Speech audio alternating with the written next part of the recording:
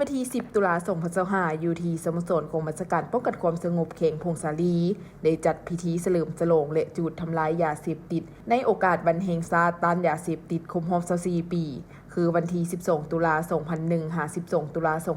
2025เข้าร่วมโดยพลจัตวาคำจันทร์เสงลาวงศ์หัวหน้ากองบัญชาการป้องกันความสงบเขตองค์ประธานคณะกรรมการกวดกะและควบคุมยาเสพติดคันเขงมีบรรดาการนำคันเขงแผนกการอ้อมข้างเขงพร้อมด้วยน้องนังเหียนเข้าห่วม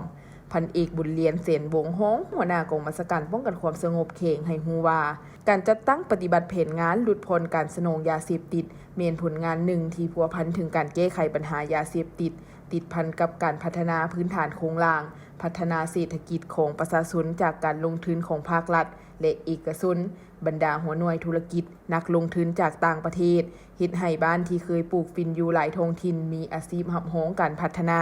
ด้วยการปลูกพืชทดแทนการปลูกฟินเป็นต้นโครงการปลูกยางพาราโครงการปลูกกาแฟและโครงการปลูกชาแต่ถึงอย่างใดก็ตามระยะผ่านมาตามการสำรวจได้เก็บกำข้อมูลสภาพการลักลอบปลูกฟินระยะปี 2024 หา 2025 สามารถกวดพบเนื้อที่ลักลอบปลูกฟินทั้งหมดในทั่วเขต 2,777 จุดสามารถลงทำลายสวนฟินตัวจริงอยู่ 7 เมืองในทั่วเขตมี222ตนเนื้อที่8เฮกตาร์หรือเท่ากับ 5,641 ตารางเมตรพร้อมกันนี้ระยะผ่านมาสามารถม้างคดีได้65เรื่องมีผู้ถึงหา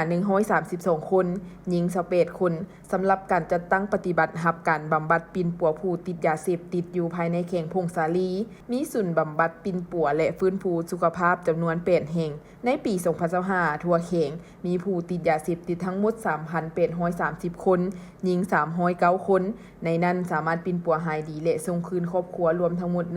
182คนหญิง14คนยังสืบโตบำบัดปิ่นปัว 3,648 คนหญิง295คนเฉพาะยาเสพติดที่นำมาจูดทำลายในครั้งนี้มียาบ้าจำนวน 26,638 เม็ดน้ำหนัก2กิโลกรัมยาไอซ์จำนวน 7,435 กรัมและเฮโรอีนน้ำหนัก 47,922 กรัม